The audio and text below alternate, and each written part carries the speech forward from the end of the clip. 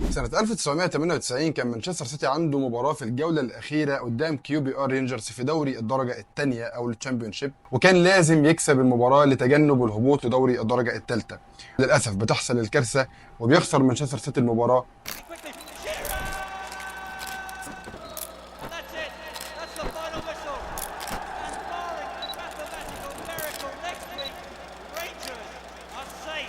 مانشستر سيتي إلى دوري الدرجة الثالثة. سنة واحدة في دوري الدرجة الثالثة وسرعان ما كانت العودة مرة تانية لدوري الدرجة الثانية أو الشامبيونشيب، وبدأت رحلة جديدة من محاولة الصعود لدوري البريمير ليج، وتحقق لهم ده سنة 2001 2002. مانشستر سيتي يعود مرة أخرى ليرى النور في البريمير ليج. وبعد العودة للبريمير ليج سارت حالة كبيرة من عدم استقرار المستوى استمرت 6 سنين تقريبا، إلى أن تم تعيين جاري كوك مديرا تنفيذيا للنادي في مايو من سنة 2008، في الوقت اللي كان بيعاني النادي فيه جدا من مشكلة مادية كبيرة وصلت لدرجة انهم مش قادرين يقبضوا اللاعبين رواتبهم بسبب حجز الحكومة التايلاندية على أموال مالك النادي في الوقت ده شيناواترا. والحقيقة ان المشاكل المادية دي أثرت على النادي بشكل كبير جدا، لدرجة ان النادي خسر آخر مباراة ليه في الدوري ده أمام ميدلسبرا بنتيجة 8-1. وبعد نهاية موسم 2008 صحي مدير النادي جاري كوك على أهم مكالمة قد تكون في تاريخه أو في تاريخ النادي أو يمكن في تاريخ إنجلترا، ومش عايز أبالغ لو قلت في تاريخ كرة القدم الأوروبية بشكل عام. وبعد قالوا السلام عليكم وإزيك وإيه الأخبار، بتيجي من معايا معروفة. بيقول له من معايا، قال له معاك مدير مكتب منصور بن زايد آل نهيان، معانا 200 مليون وعايزين نشتري مانشستر سيتي. مدير مكتب الشيخ منصور بن زايد آل نهيان ده كان ممثل عن شركة أبو ظبي للاستثمارات الرياضية. قال له تبيع، قال له نبيع. يا نهار ابيض، احنا نطول يا باشا. قفل معاه وكلم اخونا التايلاندي شيناواترا، قال له الجماعه في الامارات عايزين يشتروا النادي ومعاهم 200 مليون، تبيع؟ قال له نبيع. قال له نبيع يا باشا، الله يمدها لهم بركه. وبالفعل عملوا عقد من ورقه واحده عباره عن التايلاندي باع والامارات اشترى، والسلام عليكم ورحمه الله وبركاته. وقع يا باشا، وقع يا بيه، عد فلوسك يا فندم، عد فلوسك يا حضره. حرفيا يا جماعه يمكن تكون دي اسهل صفقه بيع وشراء لاي حاجه في الدنيا. وبعد شراء الاداره الاماراتيه للنادي، الاداره الاماراتيه كان عندها تحديات كبيره جدا وعلى مستويات كبيره، عايزين يرتقوا بالنادي، عايزين يحققوا بطولات، عايزين يحققوا انجازات، كمان محتاجين ان هم يعوضوا ال 200 مليون فلوس اللي دفعوها، وعاوزين كمان يعلوا من شعبيه النادي بحيث يكون النادي بعد كده جاذب للنجوم، وعايزين من الاخر يهيمنوا على كره القدم الانجليزيه. وبسرعه بدات خطوات تصحيح المسار، وحاولوا ان هم يتعاقدوا مع عملاق من عمالقه اوروبا في التدريب. كلموا انشيلوتي، كلموا جوارديولا، كلموا ارسن فينجر، كلموا ناس كتير جدا، ما قدروش يقنعوا الا الايطالي مانشيني. I think that if we have the same spirit that we have in the second half. وعلى مستوى اللعيبه اتعاقدوا مع روبينيو من ريال مدريد، وحاولوا ان هم يتعاقدوا مع كاكا اللي كان حاصل على البالون دور مع اي سي ميلان، ولكنهم ما قدروش، فاتجهوا للتعاقد مع لاعب مانشستر يونايتد كارلوس تيفيز في صفقه جماهيريه وفنيه من العيار التقيل. وتعاقدوا كمان مع لعيبه زي تشون رايت فيليبس كومباني زاباليتا. وبدات يا عزيزي تتحسن النتائج نسبيا، وحققوا المركز الخامس في دوري 2009 2010، وكانوا قريبين جدا من التاهل لدوري ابطال اوروبا، لكنهم طبعا ما قدروش. لكنهم قدروا في موسم 2010 2011 وحققوا المركز الثالث في الدوري، وقدروا ان هم يرجعوا مره تانية لدوري ابطال اوروبا بعد غياب سنين كتير جدا، بل قد يكون عقود. بدأ موسم 2011 2012 واللي هيكون موسم تاريخي جدا بتعاقدات كبيره جدا زي دافيد سيلفا، بالوتيلي، زيكو، كولاروف، سمير نصري، كون اجويرو. تعاقدات خلتهم يبداوا الموسم بشكل قوي جدا، وبعد مرور 8 جولات فقط كانوا مشاركين الجار مانشستر يونايتد في صداره الدوري لحد ما وصلنا للجوله التاسعه، واللي هتجمع بين الفريقين مانشستر يونايتد ومانشستر سيتي في استاد الاولد ترافورد. استطاع مانشستر سيتي تزع صداره البريمير ليج بعد مرور 9 جولات فقط، وبعدها استمر الفريق في تحقيق انتصارات متتالية لحد ما وصلنا للجولة رقم 15، واللي هتشهد أول خسارة للفريق أمام تشيلسي بنتيجة 2-1.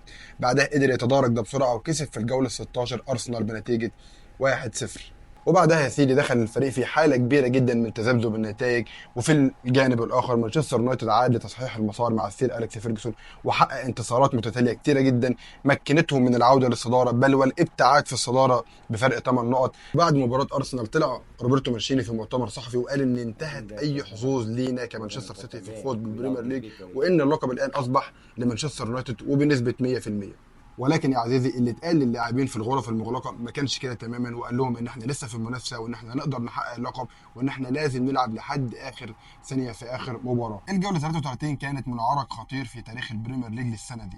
مانشستر سيتي عنده مباراه قدام وست بروميتش قدر انه يكسب فيها بنتيجه 4-0، وفي الجانب الاخر ويجن بيحقق مفاجاه كبيره جدا وبيكسب مانشستر يونايتد بنتيجه 1-0. الان اصبح الفارق 5 نقاط فقط لصالح مانشستر يونايتد. واخونا مانشيني مكمل زي ما هو، كل ما حد يساله يقول لك يا باشا احنا بنلعب حلاوه روح والدوري كده كده محسوم لمانشستر يونايتد، خصوصا ان الفريقين قدروا ان هم يكسبوا في الجوله 34 بشكل عادي. اللي ما كانش عادي بقى هو الجوله 35. مانشستر يونايتد هو عنده مباراه نسبيا سهله على الورق قدام ايفرتون، وبالفعل كانت سهله جدا. في الشوط الاول كان متقدم بنتيجه 4-1، ولكن في مفاجاه كبيره جدا جدا بيرجع ايفرتون ويسجل 3 اهداف مره واحده وتنتهي المباراه بنتيجه 4-4 علشان يفقد مانشستر يونايتد نقطتين مهمين جدا في مشوار الدوري. في الجانب الاخر كان مانشستر سيتي في مهمه سهله قدام وولفز وحقق انتصار مهم جدا جدا جدا. ويسعدني اقول لك يا عزيزي المشاهد ان الجوله 36 هتشهد ديربي مانشستر سيتي بيواجه مانشستر يونايتد في ملعب الاتحاد، والفرق بينهم 3 نقاط فقط، وفرق الاهداف لصالح مانشستر سيتي، مما يعني ان فوز مانشستر سيتي هيمكنه من اعتلاء الصداره والاقتراب من تحقيق الحلم الكبير وتزع الصداره من مانشستر يونايتد قبل جولتين فقط من نهايه البطوله. الاتحاد ومانشستر يونايتد هيطلع ضيف على ساندرلاند. قدر مانشستر يونايتد ان هو يحقق الفوز بهدف لروني. وفي الجانب الاخر وقبل ما اقول لك مانشستر سيتي عمل ايه في الاتحاد مع QPR رينجرز، عزيزي المشاهد لو تفتكر معايا في بدايه الحلقه كان مانشستر سيتي عنده مباراه مهمه جدا قدام نفس الفريق QPR رينجرز من 14 سنه، وكان ساعتها لازم يكسب علشان يتجنب الهبوط الدرجه الثالثه. النهارده مانشستر سيتي وبعد مرور 14 سنه عنده مباراه ثانيه مهمه جدا مع نفس الفريق وبرضه لازم يكسب، ولكن المره دي علشان يحقق لقب البريمير ليج. مانشستر سيتي بطلا للبريمير ليج. والحقيقه ان نجاح الاداره الاماراتيه ما كانش على مستوى الكوره بس. في 2011 اشتروا مساحه 80 فدان في مدينه مانشستر وقدروا ان هم يبنوا عليها مدينه رياضيه كامله سموها الاتحاد كامبوس، وكانت بتضم 16 ملعب لكره القدم، منهم 13 ملعب مخصصين لفرق الناشئين والسيدات وملعب مخصص للكور الثابته، بالاضافه لملعب الاتحاد نفسه وفندق بقى لاقامه اللاعبين والناشئين، ومركز بقى مخصص للجيم والتأهيل البدني والعلاج الطبيعي والاستشفاء وما إلى ذلك. وتم افتتاح المدينة دي يا جماعة في 2014. الموضوع ده ما كانش سهل جدا وكلف الإدارة خسائر مالية كبيرة وصلت ل 535 مليون يورو، وده الشيء اللي دفع الإدارة إن هم ينشئوا مجموعة سيتي فوتبول جروب.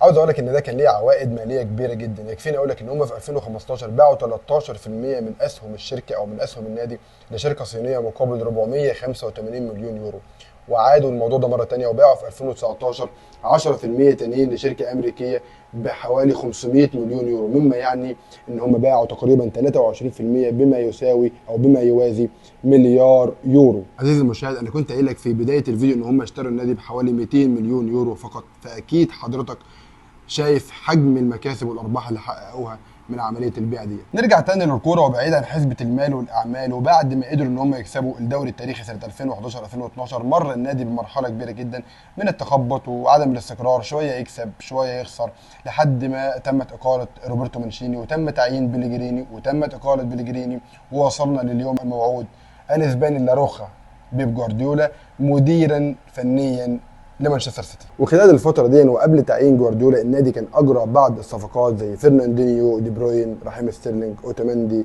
كابايرو، فرانك لامبارد، وكمل بعد جوارديولا بصفقات تانية زي جندوجان، ساني، ستونز، جابريال خيسوس، برافو حارس برشلونه. وفي السنه الاولى ما قدرش جوارديولا انه يحقق اي حاجه، فشل على المستويين المحلي والقاري، لكن بدايه من 2017 سيطره وهيمنه كبيره جدا لفرقه سيتي جوارديولا، وقدر ان هو ياكل الاخضر واليابس حرفيا. حققوا كل حاجه في انجلترا، بريمير ليج، الاف اي كاب، الكاراباو كاب، كاس الاتحاد، كاس الرابطه، كاس السوبر، اي كاس اي بطوله بتتلعب في انجلترا يقدر مانشستر سيتي وبكل سهوله ان هو يحققها، وكان بينافسهم في ده على استحياء فرقه ليفربول صلاح، وساعدهم في ده بشكل كبير جدا الاداره اللي ما كانتش بخيله بالمره وكانت بتصرف كتير جدا، وقدروا ان هم يتعاقدوا مع ايدرسون، وولكر، هالاند، اكانجي، اكي، محرز، مجموعه كبيره جدا، ولكن على المستوى الاوروبي كان من فشل لفشل، مره يخرج في ربع النهائي، مره ثانيه يخرج في نص النهائي، وحتى في السنه اللي قدر يصعد فيها لنهائي البطوله سنه 2021 خسر للاسف بهدف كاي هافرتز امام نادي تشيلسي، لحد ما وصلنا لموسم الكمال الكروي سنه 2023 مانشستر سيتي بيحقق كل شيء، كسب الدوري، كسب الكاس، كسب وقفل اللعبه بفوزه بكاس العالم للانديه اللي اقيمت في المملكه العربيه السعوديه. عزيزي المشاهد لو جيت قلت لك ان فريق موجود النهارده في دوري الدرجه الثالثه وبعد 20 سنه هيكون بطل لاوروبا والعالم، اكيد هتقول عليا مجنون، ولكن مع العمل والتخطيط والسعي والمحاولة وتوجيه صرف الفلوس في اماكنها الصحيحة يقدر فريق زي مانشستر سيتي يتحول من فريق في الدرجة الثالثة لبطل اوروبا والعالم. ودي كانت حكايتنا النهارده، استنونا في حكايات تانية كتير عن الاستثمار الرياضي وعن الكورة بشكل عام، وانزل بالتتريب.